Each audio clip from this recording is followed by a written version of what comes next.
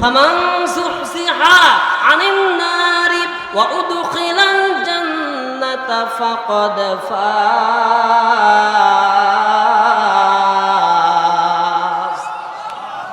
আল্লাহ পাক রব্বুল আলামিন বলতেছেন, ফামান যুহজিহা আনিন নারি, ওই দিন আমলনামা পাওয়ার পরে যেই ব্যক্তিটা জাহান্নাম থেকে মুক্তি পেয়ে উদখিলাল জান্নাতা ফাকাদ ফাজ, জান্নাতে প্রবেশ করলো, ফাকাদ ফাজ, তার জীবনটাই হলো ধন্য, সেই হয়ে যাবে কিয়ামতের মাঠে সফলকাম। তাহলে আমার ভাইরা খেয়াল করে নেবা, এই পৃথিবীর জিন্দগিতে আমরা টাকা পয়সা, অর্থ সম্পদ গচ্ছিত করা, ক্ষমতার মালিক হওয়া, মানুষের উপরে আধিপত্য বিস্তার করে সফলতা মনে করি। আমরা মনে করি 10টা লোক যদি আমাদের কথাগুলো শোনে, আমার কথাই ওঠে বসে, এইটাই মনে হয় আমার সফলতা। বৈধ অবৈধ দেখা দেখির দরকার নাই, হারাম হালাল দেখা দেখির দরকার নাই। লক্ষ লক্ষ কোটি কোটি টাকার মালিক হলে এইটাই মনে হয় আমার জন্য সফলতা। কিন্তু আমার আপনার আল্লাহ পাক রব্বুল আলামিন বলতেছে, বান্দারে না না না, এইটার নাম সফলতা না। ও বান্দা, ওয়া উদখিলাল জান্নাতা ফাকাদ ফাজ, যদি তুমি জাহান্নাম থেকে মুক্তি পেয়ে জান্নাত পেতে পারো, জান্নাতের মালিক হতে পারো, জান্নাতি হয়ে যেতে পারো, এইটাই হলো তোমার জন্য সফলতা।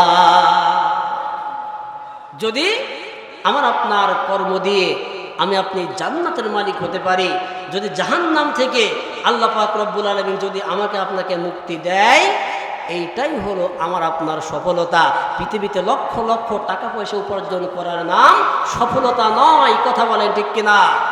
কারণ এই পৃথিবীতে আপনি যা উপার্জন করেছেন, আপনার দম বন্ধ, পৃথিবী সব কিছু আপনার কাছ থেকে থাবা দিয়ে কেড়ে নেবে, একটা কিছু পৃথিবী আপনাকে দেবে না।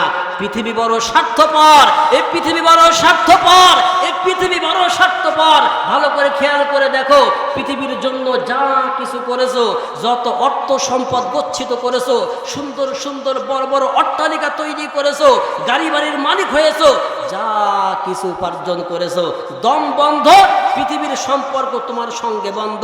তুমিহীন শূন্য পৃথিবী, পৃথিবীতে তোমার আর কোনো দরকার নাই। পৃথিবী এক ধাক্কা দিয়ে পৃথিবী থেকে তোমাকে বের করে দেবে। পৃথিবীর কোনো সম্পদ, অর্থ, কোনো কিছুই পৃথিবী তোমার সঙ্গে দেবে না। 3টা টুকরা সাদা কাপড় দেবে, বড় দয়া করে মায়া করে, কথা বলো ঠিক কিনা? এই 3টা টুকরা সাদা কাপড়ও অনেকের ক্ষেত্রে নাও জুটতে পারে, কথা বলেন, কথা বলেন, কথা বলেন। অনেকের ক্ষেত্রে 3টা টুকরা সাদা কাপড়ও জুটবে না। তাহলে মৃত্যু যেহেতু নিশ্চিত, যদি আমার আপনার মৃত্যুটা মুনাফিকি অবস্থায় হয়ে যায়, আমার আপনার মৃত্যুটা জালিম অবস্থায় হয়ে যায়, আমার আপনার মৃত্যুটা কাফেরের অবস্থায় হয়ে যায়, কত কঠিনভাবে আমার আপনার জীবনটাকে বের করা হবে, রূহটাকে বের করা হবে, একটু চিন্তা করে।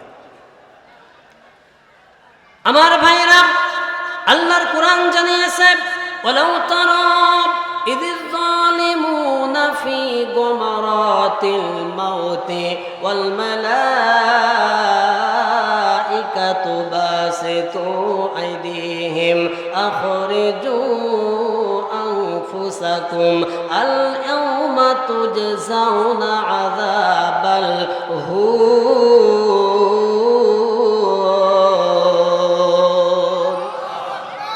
ইলা আখিরিল আয়াত। সূরা আনাম 93 নং আয়াতে কারিমার প্রথমের অংশ। ভালো করে খেয়াল করেন, আল্লাহ পাক রব্বুল আলামিন বলতেছে, গো নবী ও রাসূল, ওয়ালাউ তারা ইযিয যালিমুনা ফি গুমারাতিল মাউত, এই জালিমদের যখন মৃত্যুর সময় হয়ে যায়, এই জালিমদের রূহ কবজ করার সময় যখন হয়ে যায়, কি অবস্থা হবে? ওয়াল মালাইকাতু বাসিতু আইদিহিম, ফেরেশতারা, আযাবের ফেরেশতারা হাজির হবে, ভয়ঙ্কর চেহারা নিয়ে তার কাছে হাজির হবে। এরপরে বলবে, আখরিজু আনফুসাকুম, বের করে দাও তোমার রূহটা, আজকে তুমি বের করে দাও, তুমি নিজেই তোমার রূহটা বের করে দাও। আযাবাল হুন, আজকে তোমাকে কর্মের প্রতিদান অনুযায়ী কঠিন আযাব দেয়া হবে। আমার ভাইয়েরা, আয়াতের অর্থটা শোনার পরে হয়তো মনে হতে পারে এত সিম্পল কথা, সহজ কথা। একটু বাস্তব পর্যালোচনা করেন, চিন্তা করেন। আযাবের ফেরেশতা যখন ভয়ঙ্কর চেহারা নিয়ে জালিম ব্যক্তির কাছে, পাপিষ্ঠ ব্যক্তির কাছে হাজির হয়ে যাবে, বলবে রুহটা বের করে দাও। আজরাইলের চেহারাটা দেখার পরে মানুষের ওই পাপিষ্ঠ বান্দাগুলোর আত্মা এই শরীরের ভিতরে পা থেকে মাথা পর্যন্ত ছুটাছুটি করা শুরু করে দেবে। এত জোরে ছুটাছুটি করতে থাকবে, এই আত্মা ছুটাছুটি করার কারণে এই বডি থেকে হাতের কানেকশন আলাদা হয়ে যাবে, সমস্ত রগ তার যা কিছু আছে ছিন্ন বিচ্ছিন্ন হয়ে যাবে, হাতটা প্যারালাইসিস হয়ে পড়ে যাবে, পা প্যারালাইসিস হয়ে পড়ে যাবে, মাথার সম্পর্ক কানেকশন আলাদা হয়ে যাবে, ব্রেন স্ট্রোক হয়ে যাবে, মুখটা একদিকে বাঁকা হয়ে যাবে, মুখের মধ্যে আপনজনেরা বারবার ঠান্ডা পানি দেবে, গ্লুকোজের পানি দেবে, গিলতে পারবে না, একদিক কাত হয়ে পানিগুলো পড়ে যাবে।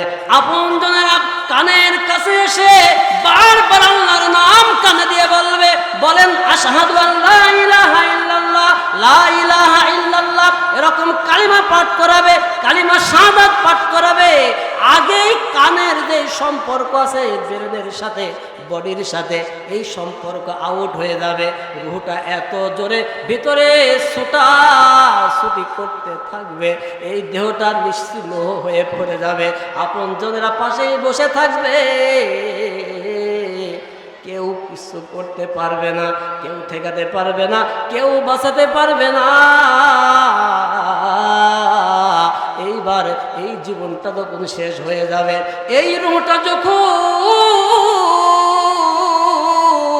বের করে নিয়ে মালাকুল মউত চলে যাবে, এমন জোরে চাপ দেবে, বাম হাত দিয়ে ডান হাত দিয়ে বুকের উপরে চেপে ধরবে, আর বাম হাত দিয়ে এমন হেসকে একটা টান দিয়ে রুহটাকে টেনে বের করে নেবে। ও বন্ধু, এই রুহটা টেনে বের করে নেওয়ার পরে ওই মানুষটা এমন কাতরাতে থাকবে, এত বেশি কাতরাতে থাকবে, নবীজি বলেন ওই লোকটা কিয়ামত পর্যন্ত কবরের মধ্যে শুয়ে থাকবে। আর ওই রূহ কবজ করার যন্ত্রণায় কবরের মধ্যে বসে কাতরাতে থাকবে। কেউ নাই যে আপনজনের জন্য আপনি এত কিছু করতেছেন, কেউ নাই। আপনার বাবা মা, সন্তান, স্ত্রী, পরিজন, যাদেরকে খুশি করার জন্য ওই সকাল বেলায় কর্মের জন্য বাড়ি থেকে বের হচ্ছেন, সারাদিন কঠিন পরিশ্রম করতেছেন, টাকা পয়সা উপার্জন করে আবার বাড়িতে ফিরে এসে সন্তানের মুখে একটু হাসি ফোটাচ্ছেন, স্ত্রীর মুখে হাসি ফোটাচ্ছেন, আপনজনদের মুখে হাসি ফোটাচ্ছেন। কিন্তু একটু চিন্তা করে দেখেন, আপনাকে আল্লাহ পাক রব্বুল আলামিন পৃথিবীতে পাঠিয়েছেন নেক আমল করার জন্য, আমার আপনার নেক আমল যাচাই বাছাই করার জন্য আল্লাহ পাক আমাকে আপনাকে পৃথিবীতে পাঠিয়েছে। এই নেক আমল না করে আমি আপনি আমার সংসারকে সুখে রাখার জন্য, আমার সন্তান ছেলে মেয়েগুলোকে সুখে রাখার জন্য সারাদিন কর্মের উপর কর্ম, কাজের উপরে কাজ করে যাচ্ছি, নামাজ নাই, রোজা নাই, ইবাদত বন্দেগী নাই, পরকালের কোনো চিন্তা নাই, পরকালমুখী কোনো কথাবার্তার আমার আপনার আমল নামাই নাই। এই কাজকর্ম করতে করতে জীবনটা শেষ হয়ে গেল, নেক আমল করার সময় পেলাম না, আল্লাহর সন্তুষ্ট করার সময়টুকু পৃথিবীতে পেলাম না।